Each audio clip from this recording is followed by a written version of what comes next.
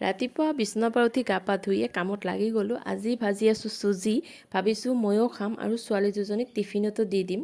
আজি চুজিখিনিত মই অকণমান নাৰিকল চুকিও দি দিছোঁ। ইমান বেছি ভাল লাগে নহয়নে বাৰু নাৰিকল দি চুজি খাই। আপোনালোকে ভাল পায়নে বাৰু জনাবচোন। চুজিখিনি ভাজি থকাৰ সময়ত মোৰ পুৰণি কথালৈ মনত পৰি গ'ল।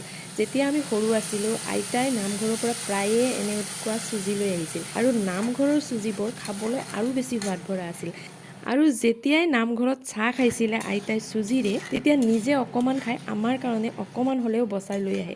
আৰু ঘৰত লৈ অহাৰ পিছতে আমাৰ সকলোৰে খোৱাৰ কাৰণে একদম হেতাও পৰা লাগি যায়, কোনে চুজি আগতে খাব। আৰু চুজিখিনি যেতিয়া আমি খাওঁ তেতিয়া এটাই মনত ভাৱ হয়, আৰু যদি অকণমান হ'লহেঁতেন আৰু বেছি ভাল লাগিলহেঁতেন নহয়নে বাৰু। আপোনালোকে নামঘৰৰ চুজি কেতিয়াবা খাইছেনে জনাবচোন কমেণ্ট কৰি। আমি ঘৰত যিমানেই সোৱাদ লগা বস্তু বনাই নাখাওঁ কিয়, যেতিয়া আমি নামঘৰ নাইবা কিবা পূজা পাৰ্বণত খিচিৰি বা অন্য কিবা খাওঁ তাৰ সোৱাদটো কিন্তু একেবাৰেই বেলেগ নহয়নে বাৰু। ইমান যে ভাল লাগে নহয় সেই ভাত সাজ খাবৰ কাৰণে। আমাৰ ইয়াত যেতিয়া পালনাম হয় একদম হেতাও পৰা লাগি যায়। এয়াও হয়তো ঈশ্বৰৰে কিবা মহত্ব নহয়নে বাৰু। গতিকে আপোনালোকৰ আজিৰ দিনটো সুন্দৰ হোৱাৰ কামনাৰে ভিডিঅ'টো ইমানতে শেষ কৰোঁ।